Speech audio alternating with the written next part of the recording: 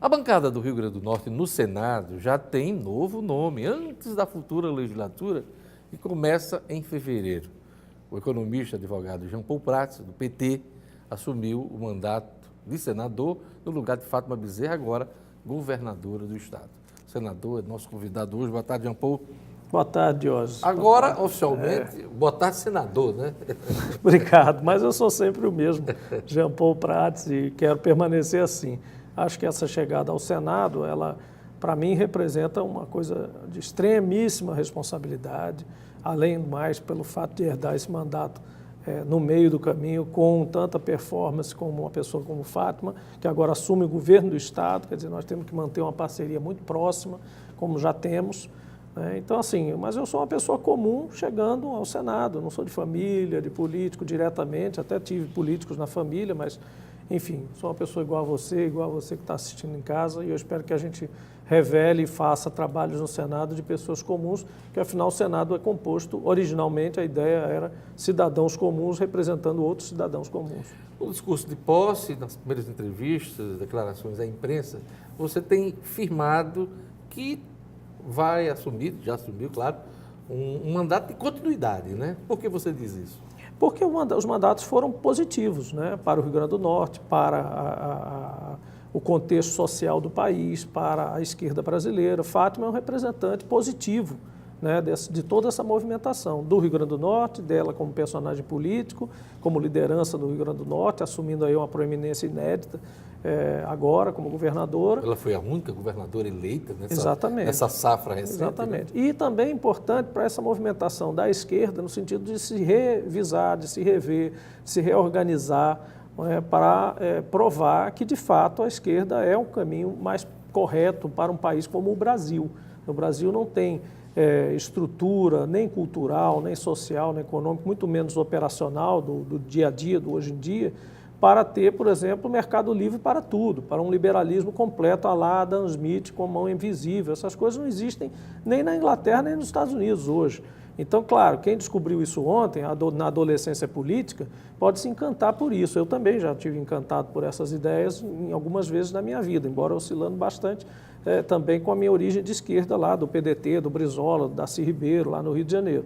Mas o fato é que o Brasil não comporta esse modelo tão radical, nem de um lado nem de outro. Então nós temos que compor soluções, e eu acho que a recomposição da esquerda com força, com objetividade, com racionalidade, é muito importante, e eu estou disponível também como Fátima para esse processo. A governadora lhe fez algum apelo em especial sobre alguma temática que ela gostaria que o senhor focasse? Diógenes, basicamente nós temos aí uma parceria de alguns anos, né?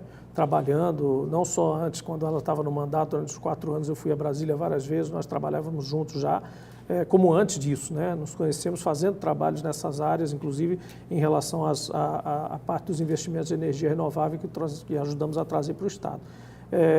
Um pedido maior, além de manter em curso, como eu, aliás, adiantei, né?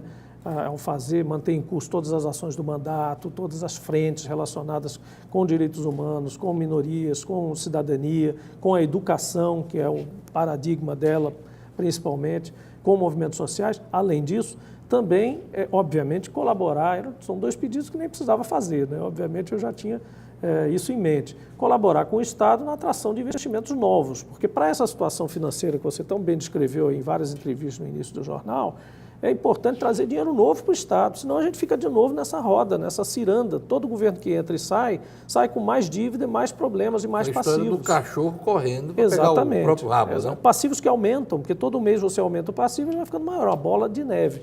Né? Então você tem que sair desse loop trazendo novos investimentos, novo capital, novos ciclos econômicos sustentáveis para o Rio Grande do Norte. E essa é uma missão que eu assumi e assumo. Fátima, do PT, presidente Bolsonaro, do PSL. Eu tenho perguntado a vários entrevistados, principalmente os que vão para Brasília, como é que vai ser essa relação na sua avaliação? Até que ponto você, senador da República, pode ajudar como canal de comunicação entre esses 2 políticos? E você perguntou isso também na campanha, até para mim mesmo e para a Fátima 2 vezes aqui nessa mesma bancada. E nós dizemos que a resposta tem duas partes. A primeira parte se refere à preocupação que as pessoas têm, um pouco demagógica, de dizer que não vai vir dinheiro para o Estado em função dessa dicotomia, né? Isso não é verdade. Fizeram esse medo na campanha eleitoral. Usaram muito isso com o Flávio Dino também, antes dele se eleger a primeira vez, com o Wellington Dias também, em várias circunstâncias. E também no oposto, também não vou dizer que não se usou isso provavelmente em Minas ou em outros lugares onde o PSDB governava, na época que o PT governava. Enfim, isso aí é um argumento falso, é um argumento fake, né? Porque as verbas constitucionais, a maior parte das verbas que vêm para o Estado são verbas constitucionalmente definidas, se não forem repassadas pelo presidente ou pela presidente, aquilo é crime de responsabilidade.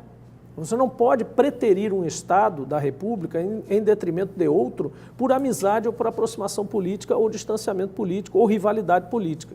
Tanto é que o Estado do Ceará pediu agora ajuda na Força Nacional da Segurança, fez-se uma propaganda em cima disso, mas aquilo era obrigação do governo federal fazer. Acudir um governo que está com uma dificuldade pontual ao pedir Força Nacional, como foi o Rio de Janeiro, como na época do governo Lula e Dilma houve também esse tipo de ajuda. Tá, mas isso são as vinculações constitucionais. Exatamente. Mas a primeira o dinheiro parte novo dos convênios, aquele que faz a diferença, inclusive, em alguns programas. Essa segunda parte também está vinculada a algumas regras, portanto, regras que podem ser cobradas, se não cumpridas de ofício.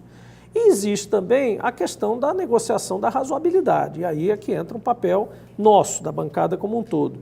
Eu já me disponibilizei, né?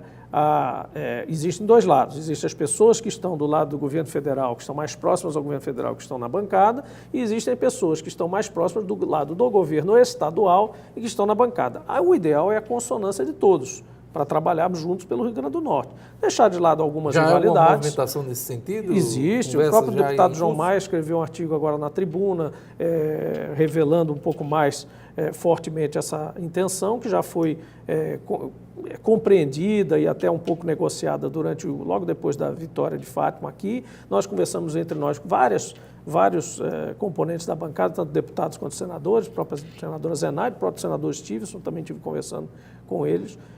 E a ideia é justamente isso, a gente começar aí, pelo menos dar 1, 2 anos, 3 anos aí de trabalho coletivo, cada um na sua seara.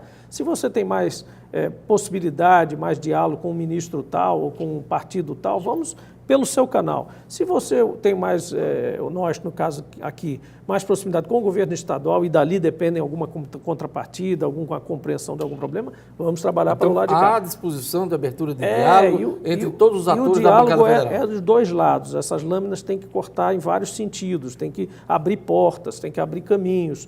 Todos nós podemos abrir caminhos porque todos nós temos legitimidade, não é, para justamente pedir audiência, para conversar com pessoas, e cada um, e aí você usa, não é, como num canivete suíço, a arma que você precisar, a ferramenta que você precisar, que for mais habilidosa para entrar naquela função. Eu acho que é assim que a gente tem que trabalhar. Antes de tomar posse, o senhor participou de algumas ações, já da governadora eleita, junto ao Banco Mundial para a prorrogação das ações e dos investimentos que são feitos aqui no Rio Grande do Norte. Isso já está acertado? Isso faz parte justamente do compromisso de manter essa vigilância e essa atuação proativa em relação a todo e qualquer recurso que possa vir para o Rio Grande do Norte. E não se limita ao Banco Mundial. O Banco Mundial, as reuniões iniciais foram excelentes. Nós envolvemos o Banco Mundial no período da transição, aliás, até no programa de governo, mas depois dele, no período de transição, eles estiveram acompanhando tudo e também fazendo a sua própria transição. E até diante do decreto de calamidade financeira, havia um receio até de que o banco pulasse para fora e fizesse algum tipo de movimento assustado em relação a isso, houve a compreensão do momento que estava se passando. Então a prorrogação está garantida? Garantida nunca está, porque nós temos também documentos a apresentar, projetos a apresentar, então, claro, existe sempre um risco de operação, né, de você apresentar uma coisa, ter um ajuste e tal. Mas há disponibilidade. Mas o relacionamento todo leva a que nós não temos razão para acreditar que não tenhamos uma prorrogação e uma extensão disso. O governador esteve em Brasília na semana passada, como eu relatei aqui na edição de hoje, para tratar da antecipação dos royalties do Banco do Brasil. Qual a informação que o senhor tem a respeito dessa conversa? O banco vai analisar o grau de risco da operação, eu diria, já adiantando, fazendo assim a defesa do Rio Grande do Norte, que nós vamos ter que fazer nas reuniões subsequentes, que o nosso risco é muito baixo. Por quê, Diógenes? Porque nós temos um pacote de campo, o royalty é baseado em produção de petróleo, como todos sabem. E a produção de petróleo, se você estiver fazendo uma antecipação no município que depende de um campo de petróleo só, o risco é um. Então, o campo parado durante 10 dias para a produção afeta os royalties. Quando você fala de um estado como um todo, você fala aqui, no caso aqui, de uma amostra aí de centenas de campos de petróleo produzindo. Então, o risco operacional muito baixo. O risco de recebível também muito baixo, porque todos os operadores aqui nunca deixaram de pagar nada, nunca deixaram de recolher. Então, o risco de crédito, digamos, dessa operação é muito baixo.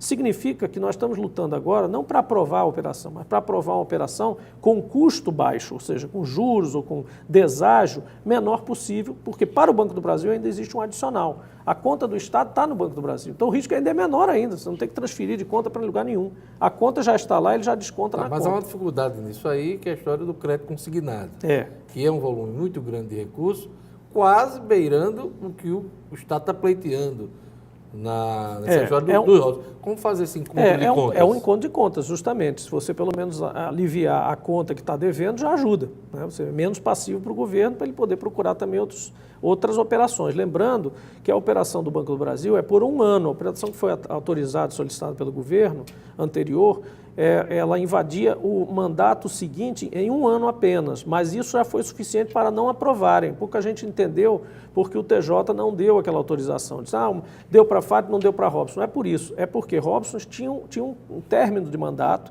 e o tribunal entendeu que não era legal um governador decidir por 1 ano à frente de um governador novo recém-eleito, uma governadora no caso.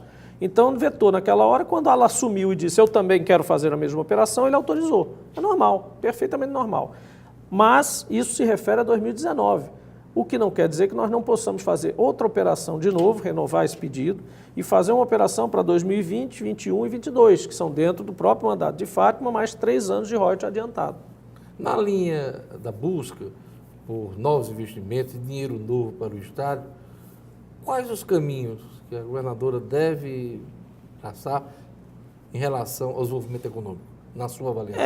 Na verdade, além dessa questão toda de gestão fiscal interna, que o secretário Aldemir tem conduzido bem, com o secretário Cadu, né, eles têm toda essa missão, estão trabalhando juntos, tanto finanças quanto tributação, nesse processo de rescaldo na atual estrutura econômica que o Estado possui.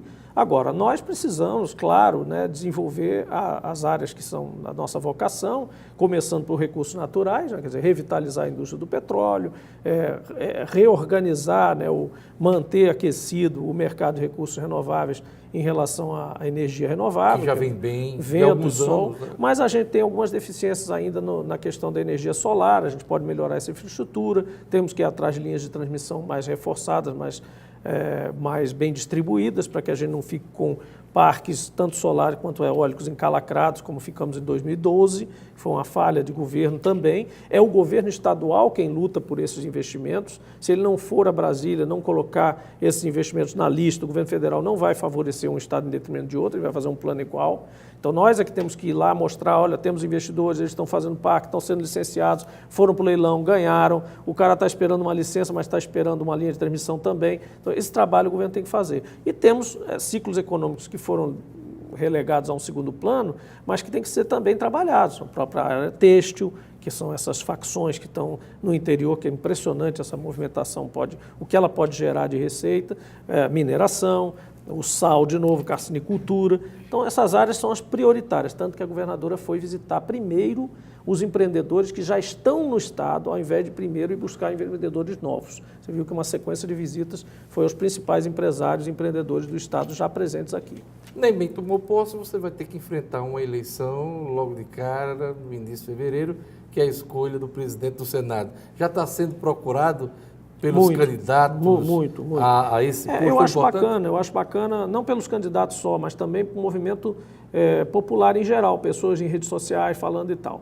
Normalmente, claro, isso tem se concentrado muito na pessoa do senador Renan Calheiros. Eu tenho respondido, aproveito a sua audiência aqui para dar uma resposta genérica, não estou respondendo a todos, mas, em primeiro lugar, nós temos que ter os candidatos postos. Né? Como é que você pode dizer que vai votar em alguém ou não vai votar em alguém se você não tem os candidatos postos?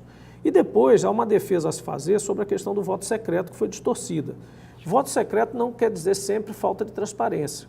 No Big Brother, o voto é secreto. Por que o voto do líder do Big Brother é secreto? E por que o voto da urna nosso, que a gente faz lá a cada 4 anos, Mas com também é decisão secreta. do STF, do Antônio Dias Toffoli, vai ser secreto. Porque né? é uma escolha de líder. Nesse caso, os senadores e deputados estão atuando como eleitores e não como representantes apenas da vontade popular, em relação, o que eu digo apenas, é em relação a apenas um ponto ou outro específico. Pena de morte, de redução da maioridade penal, arma, não sei o quê. Aí você tem, como cidadão, querer o direito de saber como é que o seu representante votou. No caso da liderança, tem uma coisa que macula isso. Se for transparente, o poder legislativo se submete a uma pressão externa do poder executivo, que começa a dizer, quer dizer, se você não votar no meu candidato, eu vou pegar, aí vem aquela história das emendas, dos convênios, do processo todo. Então você começa a ter uma interferência. Em nome da autonomia dos poderes, é essencial que a escolha do líder seja secreta. É isso aí. Eu queria agradecer a presença de Jean Paul Prats aqui no RN Acontece e desejar boa sorte ao mandato que ele assumiu recentemente. Obrigado. Obrigado a todos.